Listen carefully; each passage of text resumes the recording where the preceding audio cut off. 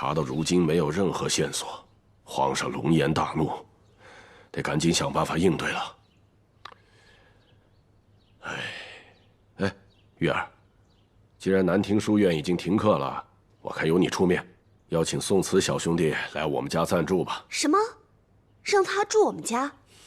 有问题吗？没问题啊。我说，这问题虽然是没有，可是爹，这合适吗？妹妹，这关系到我们家族的安危，你就听爹的吧，去找下宋慈他们。这样啊，那我就去一下。我现在就去，现在就去。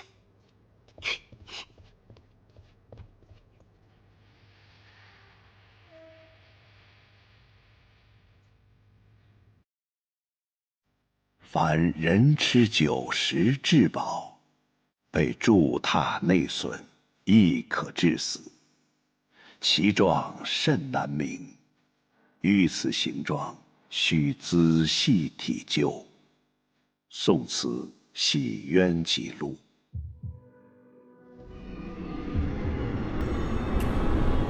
原本羁押在大理寺的人都需要提前审判发落，但你父亲的案件，韩大人一直压着。皇上非常忌讳这件事，再加上多名朝臣弹劾，怕是没有几日就要审理他了。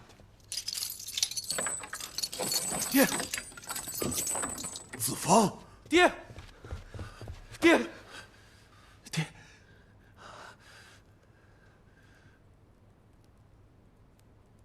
爹，你走，不要卷进这个案子。爹，你怎么了？李将军，我是子方的朋友宋慈，请将阴兵借粮一案告诉我，我能还你清白。爹，你快说。没有真相，没有真相。哎，李大人，关于2个月前埋骨坡发生的阴兵借粮一案，你知道些什么？可以和这位宋慈兄弟说，这是太傅大人保荐的人。太傅大人，宋慈小兄弟破了建阳峡水的女鬼案，又帮朝廷破了燕回城的诅咒杀人案，太傅大人非常欣赏。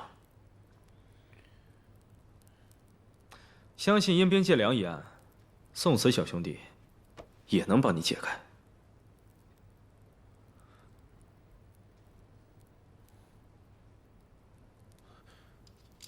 苏将军，我想和这位宋慈兄弟单独聊会儿。我们去外面等吧。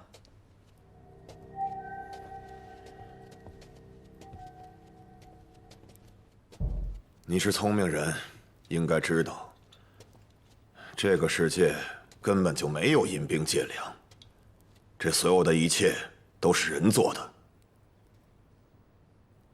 可就是因为这是人做的，才可怕。朝廷押运军粮，无论时间和路线，都是军事机密。即便是我这个朝廷的3品将军，也是在押运的头一天才知道。换句话说，操作这件事情的人，不是泛泛之辈。你再聪明，这件事情背后的人，怕你也是对付不了的。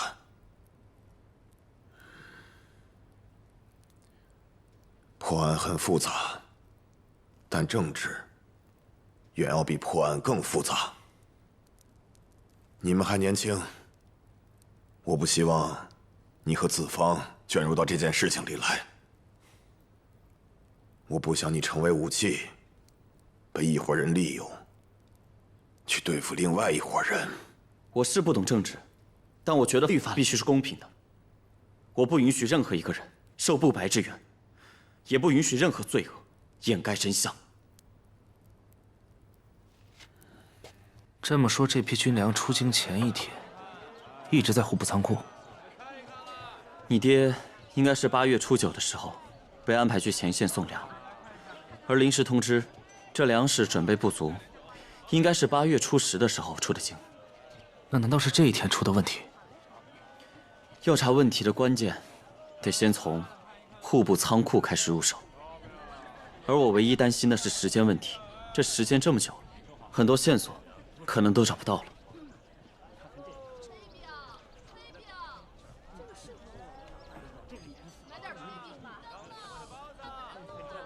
哎，这不沈姑娘吗？你怎么在这儿啊？你怎么来了？真是让我好找啊！我刚去客栈找你们来着。坐。看你们没在，我就跟我姐一起找。哎，姐，你坐。你找我们啊？干嘛呀？是这样，家父感激宋公子和李公子一路上对小妹的照顾，得知南庭书院停课，所以特邀2位公子到府里居住。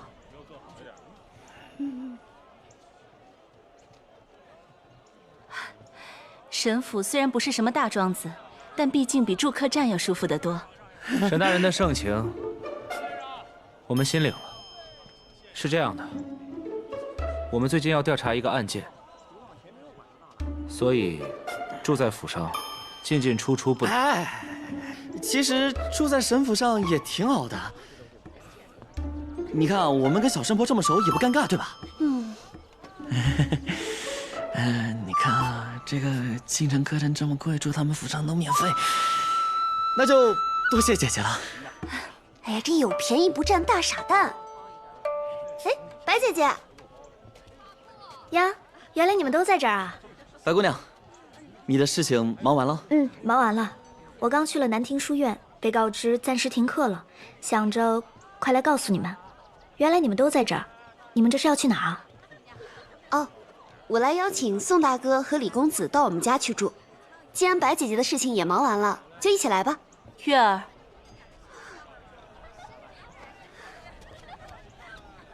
白姐姐跟我情同姐妹，又是远近闻名的药仙，我相信爹一定会喜欢她的。白姐姐，就一起去吧。会不会太麻烦了？不会，这2个家伙我都不嫌麻烦，怎么会嫌你麻烦呢？是吧？走吧。看来我们又被聚在一起了。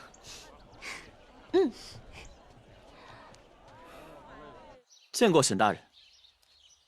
小女一回来啊，就一直跟我提起诸位，说各位都能力非凡。李公子，对于令尊的事情，我深表遗憾，但是你放心，我一定会查明此案，给你一个交代。多谢沈大人。目前已经有了一些进展，但是此事牵扯甚广，为了能顺利的查下去，请恕我不能多言。有了沈大人的帮助，我爹的案子有希望了。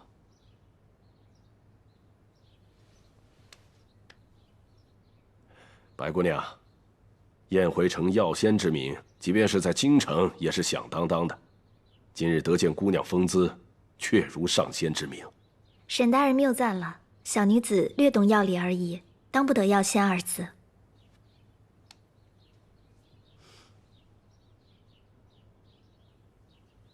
建阳峡水女鬼案，燕回城诅咒案，尹家庄狐精案，我都听说了。小兄弟表现出来的破案能力，令老夫敬佩。沈大人，您这就过奖了，这一切啊，还都要靠小神婆。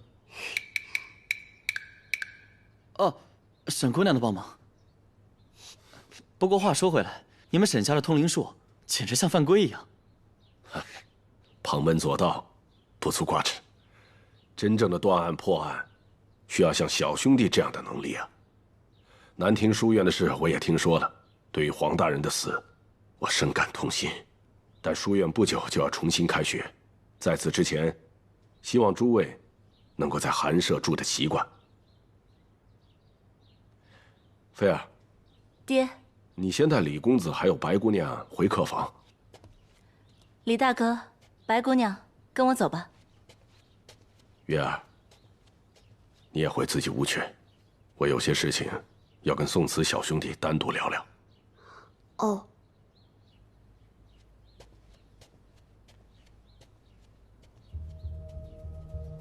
那5位死去的重臣死况如何？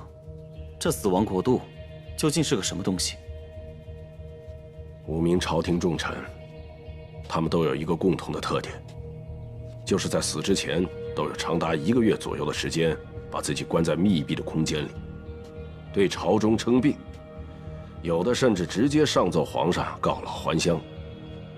而他们把自己关起来，似乎是在闭关，又似乎是在参悟着什么。在他们躲藏的地方，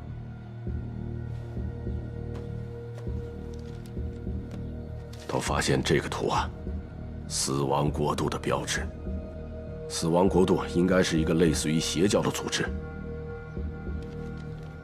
我查看过死去的中书侍郎柳延正的尸体，形如枯槁，瘦骨嶙峋。我打听过了，其他死者的死状也是一样。但这死者可有外伤？没有，这才是最为诡异的地方。您觉得这是怎么死的？皇上认定是邪虫作祟。我说的是，您觉得？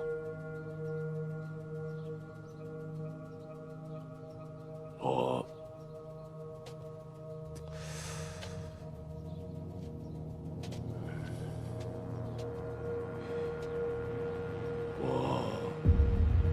还不是很清楚。我是个不信鬼神之人，可是沈大人，您恰恰精通这通灵术。关于通灵之术，我有很多事情不能跟你说。其实这通灵之术，我一开始是不信的。不过，建阳霞水女鬼一案，这沈姑娘使用了一次通灵之术，最后找到的凶手和她所描述的几乎一模一样，让我不得不信。不过从那以后，她再也没有施展过了。那是我不允许。为什么？沈家的通灵术是沈家之根本，也是沈家的祸端。我绝不允许轻易使用，此为其一。其二，通灵之术也是有很多的弊端，在真正的破案中未必完全行得通。您这么说，那我听明白了。您将我留下来，是为了让我帮您破了这案子吧？正是。沈大人留下宋大哥是有什么事吗？这个我不是很清楚。我听说这2个月，京城多名朝廷要员离奇死亡。皇上让沈大人彻查此事，却一直没有头绪。你说他留下宋大哥，会是因为这件事吗？我觉得也有可能，毕竟宋慈的破案能力，大家有目共睹嘛。这是我最担心的一点。怎么了，白姑娘？他们的死的确是大事，但这些死亡案已经没有现场了，而且死者也已经都下葬了。宋大哥现在去查，可谓难上加难，需要耗费大量的时间和精力。而且我认为，现在最重要的是阴兵借粮一案，一来是因为牵扯到李大哥的父亲，二来是阴兵借粮一案的发生，直接让皇上对抗金人的决心产生了动摇。我觉得白姑娘说的也对，等等宋慈回来，看他怎么说吧。嗯。这个案子除了您在跟，还有谁在跟？天下第一神捕风不平。哦，对了，还有白姑娘。您说的白姑娘，可是白雪燕姑娘？是。白姑娘在离开京城之前，也曾被邀请对死者进行毒物检测，但所有的死者都不曾中毒。所以这白姑娘也参与了？对，是风捕头找来的。但这是好几个月之前的事情了。自从白姑娘离开了京城，这个案子就一直是风捕头在跟进。沈大人让你帮着查这个死亡国度的案子，你答应了吗？他毕竟是小神婆的爹，皇上现实让他破这个案子，我们没有不帮的道理。哎，再加上还有你爹的案子，这回啊，我们真是分身乏术了。哎，你先尽心帮他去查死亡国度的案子，我相信沈大人对我爹的案子肯定会尽力而为。你这么无私啊？不过这个案子，我并不这么认为。子芳，你记不记得你进门以后，沈大人一看到你就告诉你爹的案子了？李公子，对于令尊的事情，我深表遗憾。但是你放心，我一定会查明此案，给你一个交代。多谢沈大人。目前已经有了一些进展，但是此事牵扯甚广，为了能顺利的查下去，请恕我不能多言。这有问题吗？书读傻了吧你？这都想不明白？这叫铺垫。一进来先告诉你，你爹的案子颇有进展，但也没有说进展到哪里，然后又顺水推舟，让我帮他破了这死亡国度的案子。你再想想，这几位死去的大人，已经让他焦头烂额了，他有心思管你爹的案子吗？不会吧，沈大人不会骗我们吧？一看就是没被骗过，社会经验太少了。来到临安以后，很多事情我觉得都不简单。那现在怎么办？放心吧，你爹的案子我会查的。可是，沈大人那边2个案子我都会查，只不过这2个案子时间跨度都太久了，查起来有些困难。是啊，这线索确实有些，不知道从何查起啊。有一条很重要的线索。你说，这户部尚书李岩也是死去的大臣，他负责军粮的发配、调整时间。而那天军粮晚1天送出京，他应该是个知情者。你不是说这个人已经死了吗？是啊，虽然死了，但若不是巧合，那这2个案子就必有关联。看来只有这个突破口了。行了，暂时别想这么多了。你看看，离开建阳以后，我们就没下过棋。老规矩啊，输了请顿饭。哪次不是我赢，哪次不都是我请？宋公子，宋公子，瑞王爷来了，就在外面等你呢。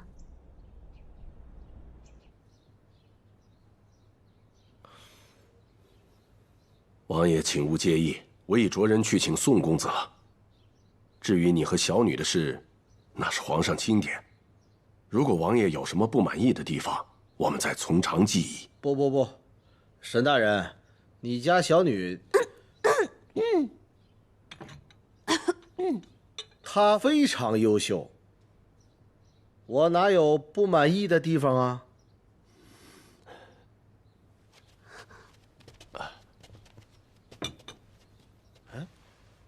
沈大人，师傅，注意身份，回去。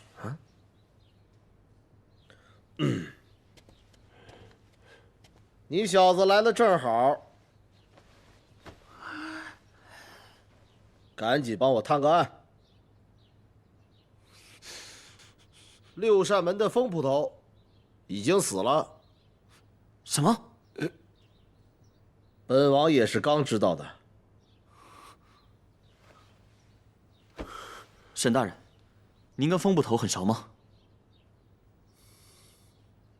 风不平以前是我爹的下属，以前我爹在刑部的时候带过风不平一阵子。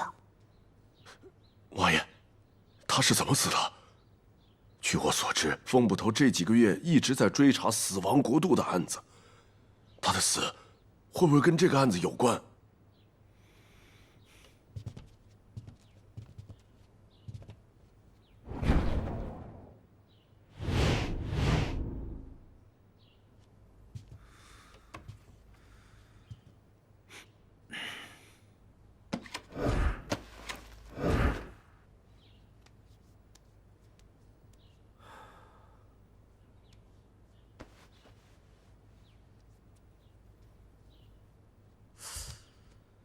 这死者身上没有外伤啊！师傅，刚才脱下来的玄武甲是我父皇专门赐给风捕头的。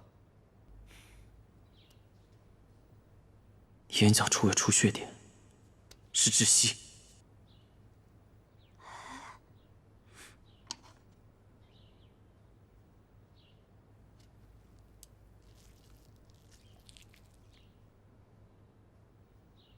找到了。要是没猜错的话，他是被这颗枣给噎死的。堂堂的风捕头，被一颗枣给噎死了。口唇处有白沫，眼角处有出血点，符合窒息死亡的特征。尸体被发现的时候，现场是什么样子的？把门给我撒开！是。当时这个屋子是从内反锁的。胡宝是。我们把门撞开后，闻到了一股很重的酒气。殿下，确实是风捕头。我敢保证，这门锁是从屋里面锁的，窗户呢也是在里边上的锁，我肯定是没动过啊。难道真的是吃枣不小心给噎死的？从这现场情况来看，的确是因为这颗枣将他噎死了。风捕头吃枣的时候不小心呛住喉咙，引起呕吐反应，呕吐物被枣堵住，导致反流，令他窒息而死，也是有可能的。哎，宋慈，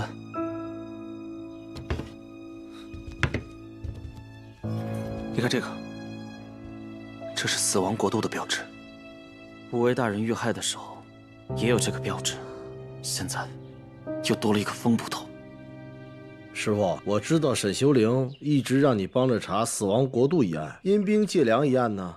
我相信你为了李子芳，也一定会查的，对吗？没错，我答应了子芳和沈大人，2个案子都要查，而且我怀疑这2个案子肯定有关联。死亡国度一案已经死了5位大人了，而且都是主战派，这次风捕头也死了，算上他，应该是6个人了。5位都是主战派。沈修灵沈大人是以通灵术闻名的，而且一直都是坚定的主和派。5位大人的死法不似人力所能及的，因此朝中本就有不少人认为他和死亡国度案有关。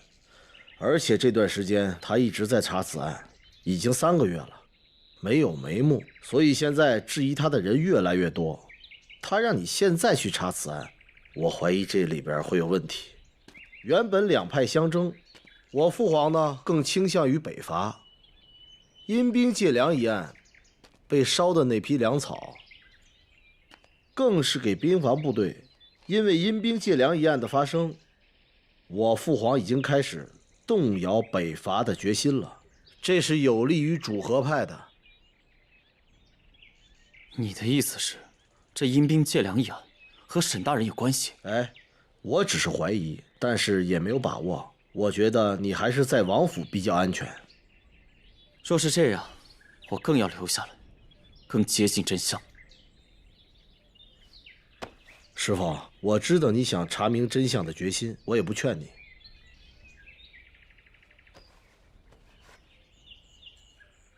这是我的王令，也是我父皇赐的。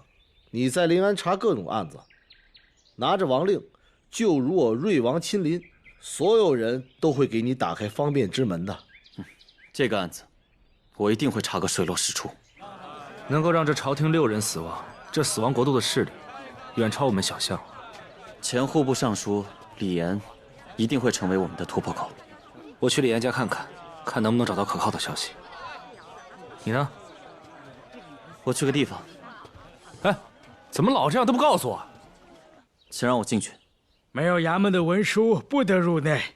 因为疫病的原因，大殿这段时间不会开放，你还是回去吧。那如果有这个，是不是就可以进去了？瑞王的令牌。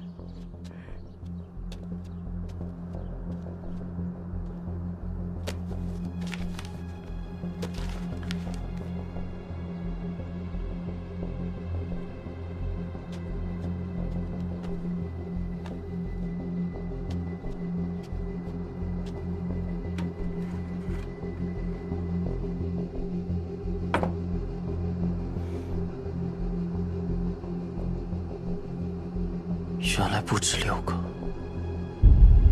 是7个。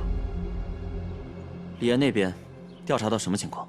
李岩的妻子说了，说他在阴兵借粮的案子发生之前，已有半旬的时间称病没有去户部。所以说这个军粮根本就没有经过李岩的手。是的。谁？是我。沈姑娘，我们都那么熟悉了，不用亲自来叫我们吃饭。你以为我想叫你们呢？实在是我一个人太无聊了。小神婆，嗯，你爹在干嘛呢？关观云呢。这云有什么好看的？其实观云只是一种说法，沈大人应该是在观测天气吧？还是我白姐姐聪明。我爹说了，这通灵之术啊，讲究阴阳五行结合，天属阳，地属阴，不同的气候对通灵特别有帮助，所以必须精通天文。这沈大人还真是全才啊！我爹还说了，诸葛亮之所以能成为神一样的人物，就是因为他特别懂天时，能问天借风借雨，甚至借命。考得像不用还了一样。走吧，咱们吃完饭去户部仓库看看。好，走。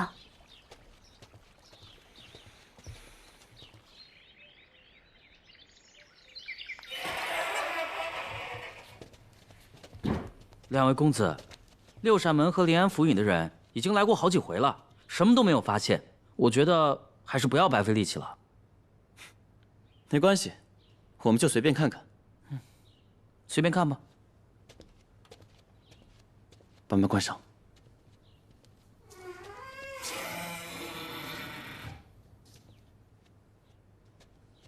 你是怎么想的？我之前调查过，8月初8之前，这些粮食是由各州府上送到临安，统一囤放到这个仓库。仓库的门一直都是关着的，粮仓的钥匙只有2位主事者拿着，只有他们2个同时出现，才能把这粮仓门打开。没有别的出入口，只有这一个。这个通风口外是什么？我来之前看过，是一条河，离通风口有5丈高。一条河？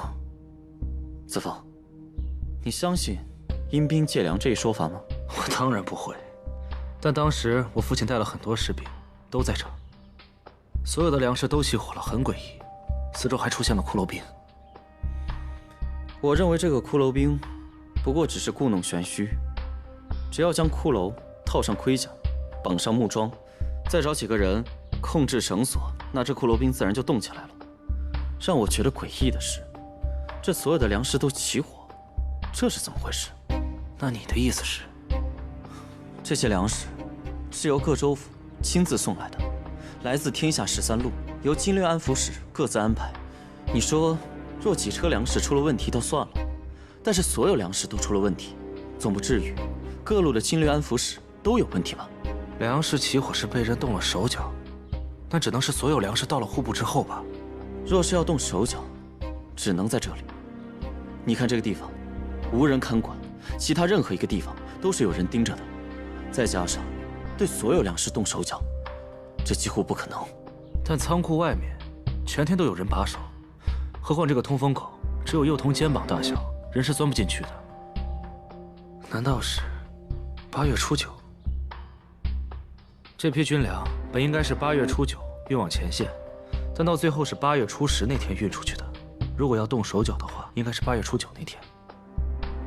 那8月初9，2名户部主事的行踪呢？我让沈姑娘帮我们调查一下。子枫，这些粮车是什么情况？以前的粮食都被烧毁了，这些都是重新筹措的。去吧，找找线索。好。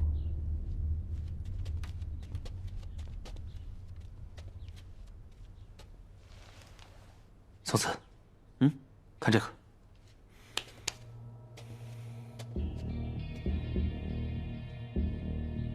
先包起来，带回去鉴定一下。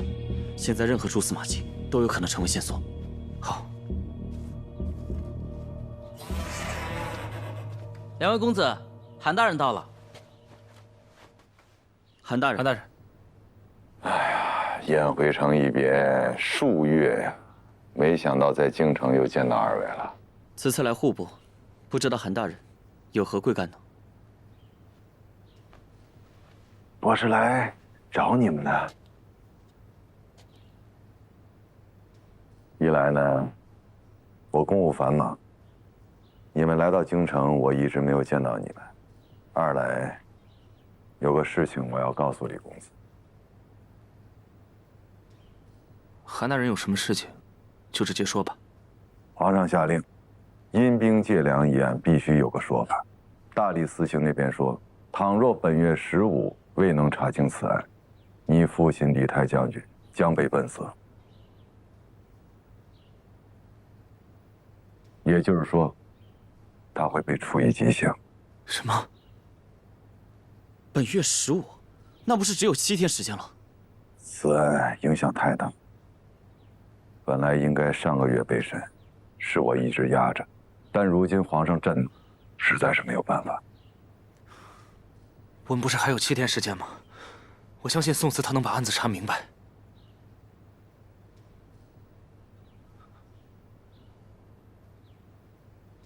我听说瑞王殿下将自己的王令交给了宋慈兄弟啊。没错。我相信办案过程当中会方便很多，但是瑞王殿下只有爵位，却无官职。倘若朝臣不予以方便，你是不是也没有什么办法？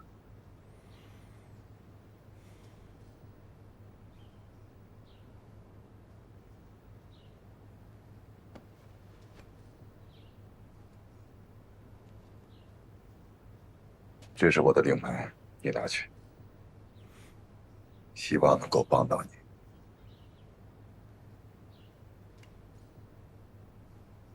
多谢韩大人。我总觉得有点奇怪，这阴兵借粮都过去1个月了，你爹本来只是被关着，毫无性命之忧，可当我们来了京城之后，便有了7日之限。那你的意思是，韩大人故意用7天时间逼我们破案？这政治太复杂了，希望我是以小人之心度了君子之腹。快走，前面有人发钱了！这就是好事啊！快走，往前面走！哎，大哥，怎么了这是？啊，这白虎钱庄的掌柜吕成平啊，明天大婚纳妾，这会儿他人在派钱呢，你们赶紧去吧，晚了就来不及了啊！哇，这么有钱啊！这吕成平我还真听过，是白虎钱庄的掌柜，京城首富。走，有人撒钱还不去？哎，走。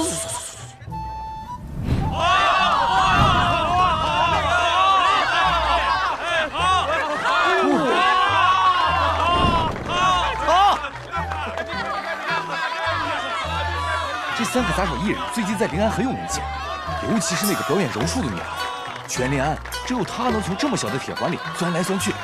吕老爷专门请他们去喜宴上表演的。吕老爷的女儿在皇宫里当妃子，她又是首富又是国丈，这辈子也算是值了。各位父老乡亲、街坊邻居们，大家好！明天就是我们吕老爷大婚的日子，我们吕老爷特别设了3天免费的流水席，特意给大家准备了服务钱。这么阔绰，给我！还呢！服务钱来喽！别捡了，丢不丢人啊？拿着。